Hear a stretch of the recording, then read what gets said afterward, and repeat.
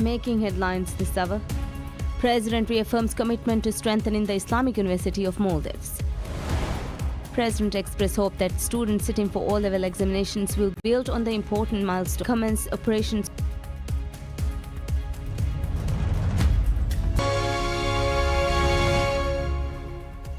Bismillahirrahmanirrahim. Assalamu alaikum. Welcome to News in English with me, Hafiz Abdul Sattar. And now the news in detail.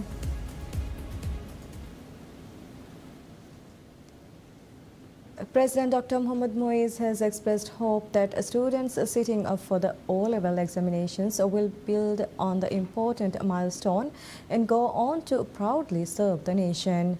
President Dr. Moez, in a post on social media, offered his best wishes for the students sitting for the O-level examination this year. He also wished the 8,634 students sitting for the exam this year every success in the future. The president also said he hoped the students will achieve a result that their parents, teachers, and the nation can be proud of.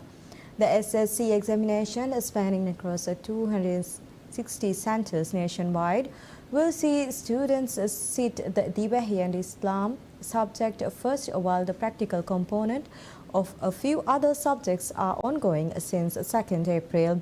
According to the ministry, a total of 7,971 students will be taking the exam across the island nation, including 7,519 sitting for SSC and 7,666 taking the Cambridge O-level examination.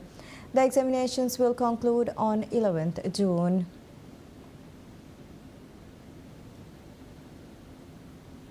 President Dr. Mohamed Moez reaffirms his administration's commitment to strengthening the Islamic University of Maldives (IUM), going to bolster its resources and infrastructure in a bid to elevate its academic stature.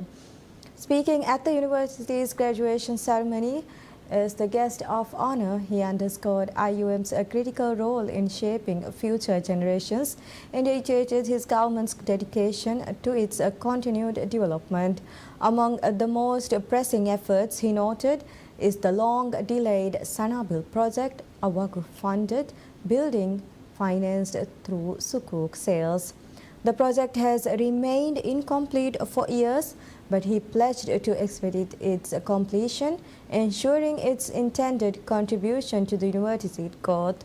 He also announced plans to extend IUM's presence to the outer atolls, broadening the institution's reach and accessibility across the country. Efforts to expand infrastructure also include the allocation of land in Holomale for the construction of a new IUM building. Turning his attention to the graduating students, President Dr. Moez highlighted their responsibilities as educated members of society. He also urged them to cultivate a community founded on strong principles and virtue, encouraging them to uphold ethical values and actively counter negative influences within society.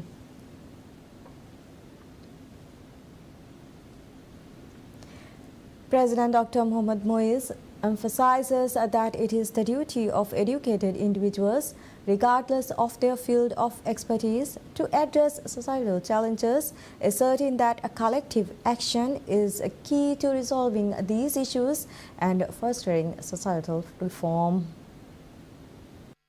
During his address at the 2025 convocation ceremony of the Islamic University of Maldives (IUM) held on Saturday evening, the president insisted that without such sincere and unified efforts and commitment, rectifying the current situation would be impossible. He cited the Holy Quran as a guiding example, reminding all educated individuals of their obligation to impart knowledge, wisdom, and ethical values. Addressing parents in the attendance, the president urged them to encourage their children to pursue higher education. He also called on educational institutions to strive for academic excellence, noting that a united endeavor would be instrumental in recalibrating the nation's moral compass. President Dr. Moez further pledged to increase investment in the university, assuring that issues related to infrastructure and resources would be addressed. Saturday's convocation marked a milestone in the nation's higher education sector as a higher education institution conferred an honorary doctorate for the first time. The honorary degree was awarded to Sheikh Ismail Muhammad in recognition of his 50 years of dedicated service to Arabic and Islamic education. The degree was conferred by President Dr. Muiz himself. The president also presented awards and certificates to outstanding graduates.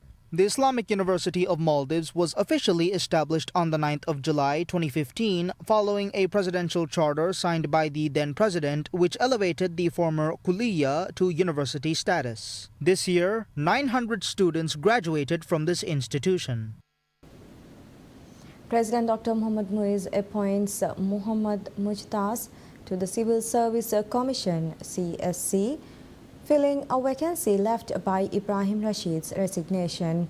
The appointment was formalized in a ceremony at the President's office, where Mujtaz received his letter of appointment following the oath of office administered by Supreme Court Justice Hussain Shahid. His appointment adheres to Article 180B of the Constitution and Section 13 of the Civil Service Commission Act.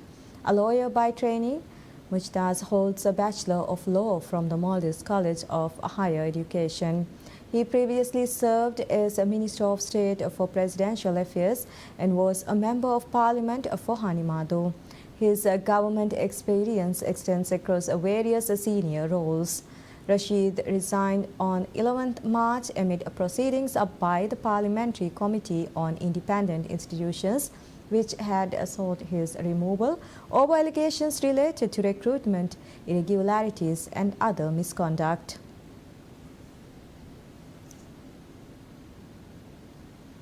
Government amends relevant regulations to permit the lease of lagoons and sea areas outside the jurisdiction of islands for aquaculture activities.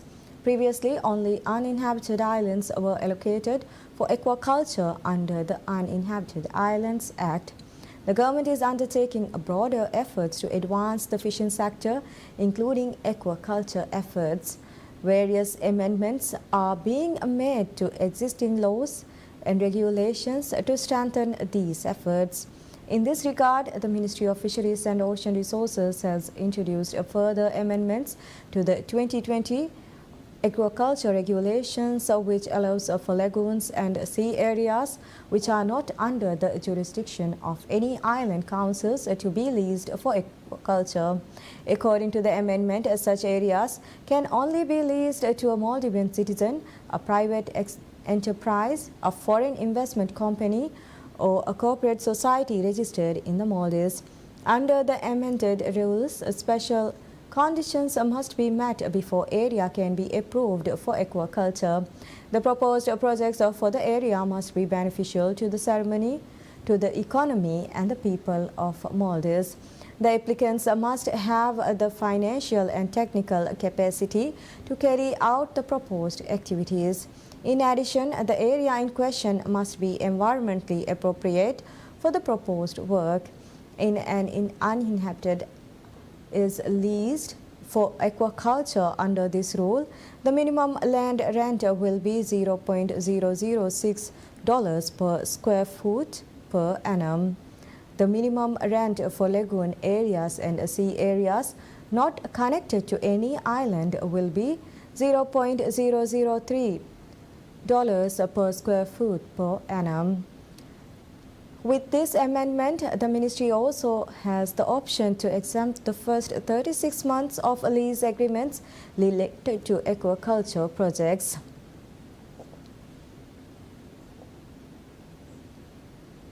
The government formally commenced operations on Tradian, a national single window platform designed to streamline import and export procedures. Initially introduced last September, the system is now fully operational, offering businesses a centralized digital gateway for trade-related services. Officials expect the platform's adoption to enhance efficiency and eliminate administrative bottlenecks, providing a smoother process for those engaged in international commerce. The rollout of Tradian marks a significant step in President Dr. Mohammad Muiz's digitalization agenda, which seeks to improve trade infrastructure and expand accessibility for local businesses. Developed in consultation with economic experts and business sector stakeholders, the platform's design reflects industry needs, ensuring a seamless transition to digital trade facilitation. Government approval for Tradian came during a cabinet meeting on the 2nd of February with an initial launch planned for the 20th of April. With the platform now in active use, authorities have mandated that effective on the 1st of June, all import and export transactions must be conducted exclusively through Tradian. As businesses adjust to the transition, the Maldives Customs Service has begun integrating key services into the system, including the registration of shipping agents and freight forwarders, foreign-going vessel registration, submission of vessel arrival details (ETA/EDT), and submission of sea cargo manifests. Maldives Ports Limited (MPL) has also incorporated its foreign vessel registration process into Tradian, streamlining the submission of arrival details and cargo import manifests. Relevant agencies have acknowledged the need for a structured adjustment period. Businesses not yet registered on Tradian, according to the Customs Authority, will be permitted to submit cargo manifests and vessel arrival information through existing channels until the 31st of May, allowing time for full integration. The development and implementation of Tradian were facilitated through TradeNet Maldives Corporation Limited, a key entity leading trade digitalization efforts. Government officials highlight that beyond modernizing operations, the platform is expected to optimize workflows, reduce bureaucratic efficiencies, and enhance international trade processes for Maldivian businesses. The Ministry of Education announces that over 7,500 students have commenced this year's O-level examination. The SSC examination centers nationwide will subjects are ongoing since 2nd April. According to the ministry, a total of 7,971 students will be taking the exam across the island nation, including 7,519 sitting for SSC and 7,666 taking the Cambridge O-level examination. The examinations will conclude on 11th June. The government introduced significant changes to the examination regulations in December 2023. The changes ensure that students participating in the O-level examination must undertake the compulsory 4 subject examinations, namely Islam, Divehi, English and Mathematics, with the government covering the examination fees for these subjects. Under the new regulations, students are obligated to take the O-level examinations even if they do not pass the mock examination. Previously, students failing the mock examination in compulsory subjects were required to bear the examination cost themselves. The change aims to motivate more students to participate in the examination and strive for commendable results. Students are now mandated to partake in 5 subjects, including 4 compulsory subjects. In addition, BTech students are required to study 1 additional subject alongside the compulsory ones.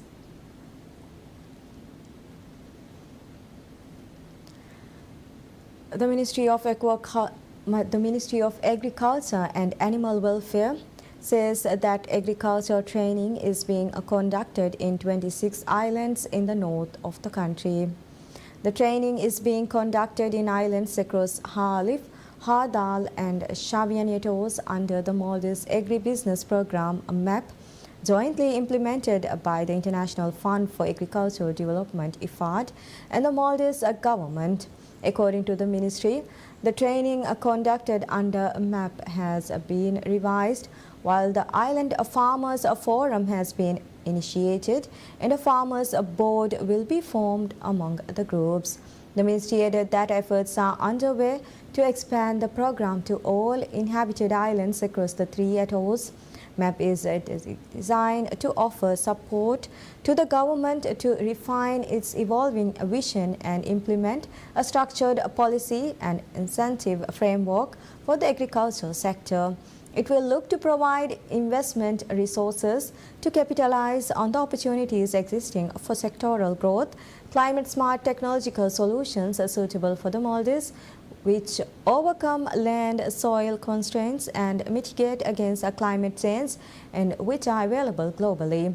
It will also seek to capitalize on the significant market for local crop production, considering that local demand is rising rapidly as incomes increase and consumers become more aware of nutrition and food safety considerations, and that the tourism sector imports substantial volumes of agricultural commodities per year.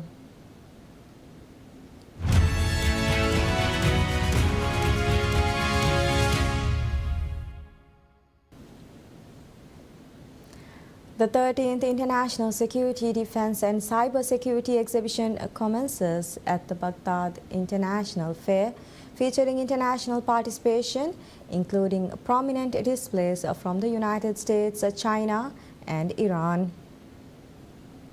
Sabah al-Numan, spokesperson for the commander-in-chief of the Iraqi Armed Forces, told Reuters that the exhibition is an opportunity for the Iraqi security ministries to learn about the latest technologies from companies and countries abroad. He added that the Iraqi government departments and ministries have specific tasks and require weapons that will aid in the success of their missions as well as technical advancements. This year's exhibition includes 150 companies representing 20 Arab and foreign nations alongside 65 Iraqi companies.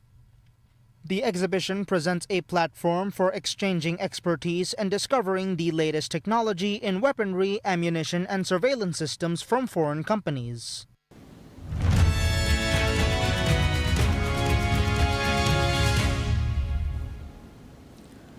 A deadly landslide kills at least 3 people, including children, in the Ramban district of India's federal territory of Jammu and Kashmir. According to local officials, the event was triggered by torrential rains and a cloudburst at the Seribagna village that swept away 40 to 50 houses and caused extensive damage to local shops, hotels, and roads. The Indian Meteorological Department has issued an alert for the region, forecasting heavy rainfall accompanied by thunderstorms, lightning, squalls, and hailstorms through Monday, April 21st. State Chief Omar Abdullah said via a post on social media platform X that he is extremely anguished by the tragic landslide and flash flood in Ramban, which have caused considerable damage to life and property. Thousands of protesters rally in Washington and other cities across the U.S. to voice their opposition to President Donald Trump's policies on deportation, government firings, and wars in Gaza and Ukraine. Outside the White House, protesters carried banners and chanted, "Trump must go now." Some demonstrators chanted in support of migrants whom the Trump administration has deported or has been attempting to threaten. That's the first thing they come. They're just coming for the weak, the powerless, the students, the immigrants. They're not. They're coming for anybody who stands up against them. Law firms, universities, anybody who resists, they come for. So do not be misled, do not be mistaken. This is happening here in our country today. Fascism. Trump is taking Joe Stalin's playbook and using it. So let's not kid ourselves. Let's be real about the task at hand, about what's going on. Since his January inauguration, Trump and his billionaire ally Elon Musk has gutted the federal government, firing over 200,000 workers and attempting to dismantle various agencies. The administration has also detained scores of foreign students and threatened to stop federal funding to universities over diversity, equity, and inclusion programs, climate initiatives, and pro-Palestinian protests. Rights groups have condemned the policies. Demonstrations were also held in New York City and Chicago, among dozens of other locations. It marked the second day of nationwide demonstrations since Trump took office.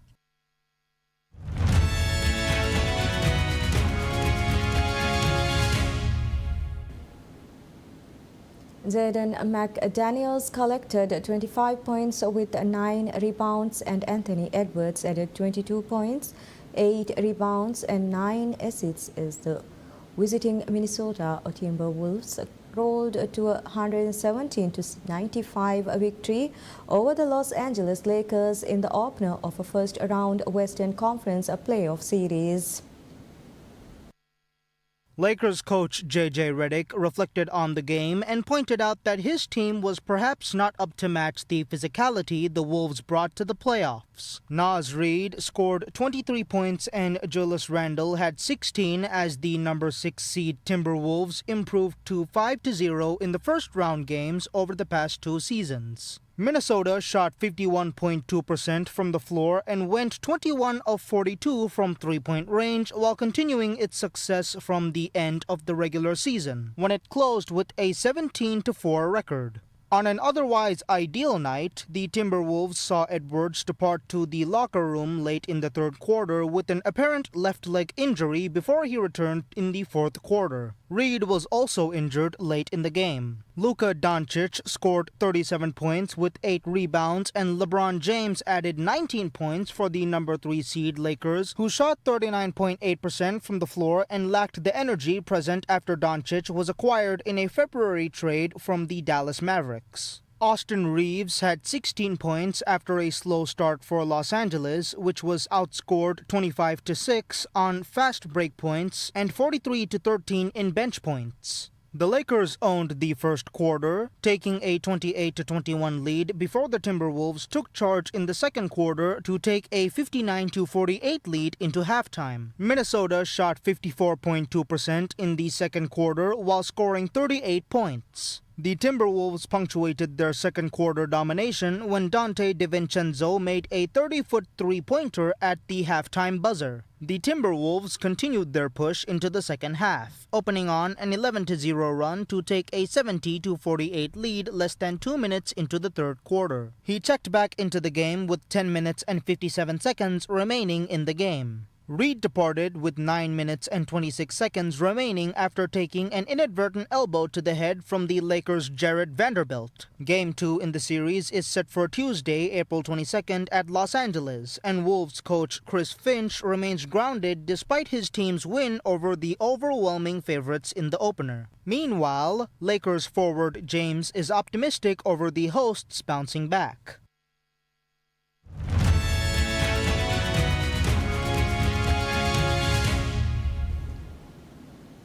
One of the world's largest cruise ships leaves the dockyard in northern Germany to undergo the final steps of its construction at the quay.